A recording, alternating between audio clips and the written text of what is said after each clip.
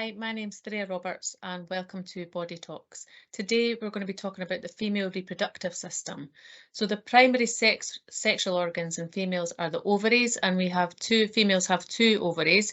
So these are our ovaries. I'll just put ovary here and one here. And then this is where we produce the eggs. So at birth, we roughly have about 500,000 eggs in total, but over the course of a lifetime, only about 400 of those eggs will actually reach full maturity. So the egg, every sort of 28-day cycle, on average, a female menstrual cycle is 28 days, will release one egg roughly every cycle.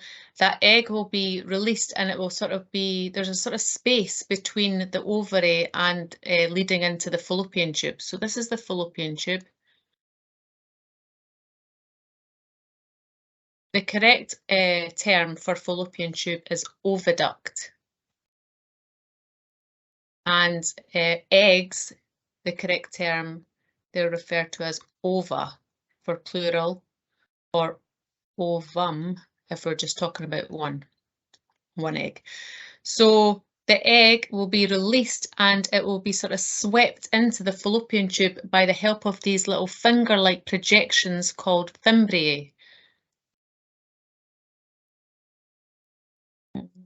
I hope I'm spelling that correctly.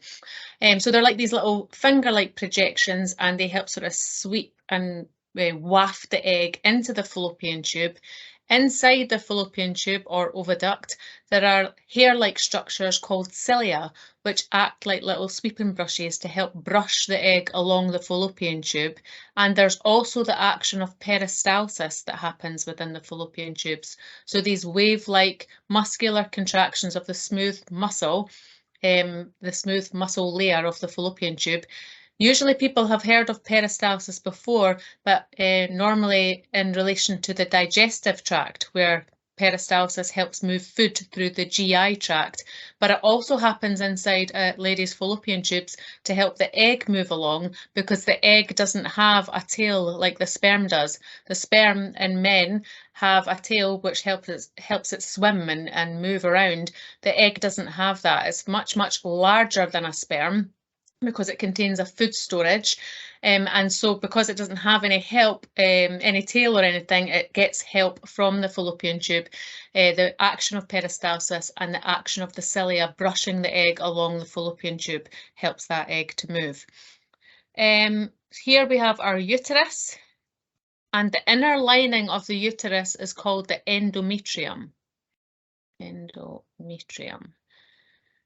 So every single menstrual cycle, we release one egg, usually. Sometimes there are two, and that's how you get twins and things, or a fertilized egg sort of splits into two and you'll get identical twins. But usually it's just one egg that's released from one of the ovaries each cycle. And then if sperm fertilize that egg, it will embed in the lining of the endometrial layer. So there are various hormones involved here. So there are two hormones, two ovarian hormones, and these are referred to, I'll kind of put it over here. They are called estrogen. I think the Americans leave out the O, but estrogen and progesterone. So estrogen sort of repairs the endometrial lining from the previous menstrual cycle, and progesterone helps to sort of thicken and make the uterus more spongy and vascularized. That just means supply with more blood vessels. So these two ovarian hormones are making that endometrial layer thick and spongy in preparation to sort of nourish a fertilized egg, which we call a zygote. A fertilized egg is referred to, I'll put it up here, as a zygote. And so there are also two pituitary gland hormones. So two pituitary hormones released from the pituitary gland, which help with the female menstrual cycle, called follicle stimulating hormone, which gets referred to as FSH, and luteinizing hormone, which gets referred to as LH. So follicle stimulating hormone does exactly what its name suggests. It stimulates the follicles, which are little sort of sacs that sort of help provide protection to the growing egg. So they stimulate the follicles to grow. And so one will outcompete the rest, and that's the one which will be released during the menstrual cycle. And luteinizing hormone, when there's a peak of this hormone, it causes release of the egg into the fallopian tube. Here we have the cervix, and it's here where the ladies, when they go for their cervical smear, they brush cells from the cervix, and then they'll take those cells, they'll stain them with a particular dye to help visualize them under the microscope easier, and then any precancerous cells will be visible under the microscope.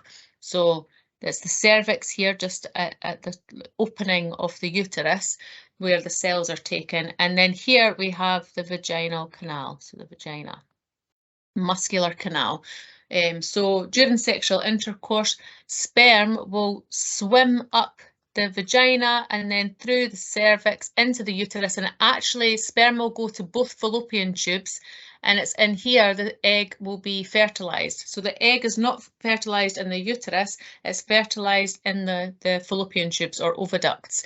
And then after a few days, it will travel along and embed itself into the endometrial layer, the endometrial lining. So that we call it a zygote, remember, if the egg is actually fertilized, and it will just start growing and dividing exponentially. Like one cell becomes 2, 2 become 4, 4 become 8, and so on, and eventually it's going to grow into an embryo and a fetus if fertilization has been successful. If the egg isn't fertilized, then all of that extra lining of the endometrial layer will need to be shed. So that's what our menstrual period is. So when a lady bleeds each month, it's because you're basically getting rid of all those extra blood vessels and cells and the layers that were getting ready to nourish a growing embryo if the egg had been fertilized. So we don't need those extra cells and blood vessels anymore. So they will be shed as a menstrual period. So that's basically the main gist of the female reproductive system. I'll be doing a further video on the menstrual cycle where I'll go into a bit more detail about the different hormones and other graphs and things and which hormone peaks when. So if you'd like to watch that, look out for my next video. If you like this video, please like and subscribe, and let me know in the comments if there's any other videos that you'd like me to upload on different body systems and different anatomy. Just let me know. I hope that was helpful, and I'll see you again soon.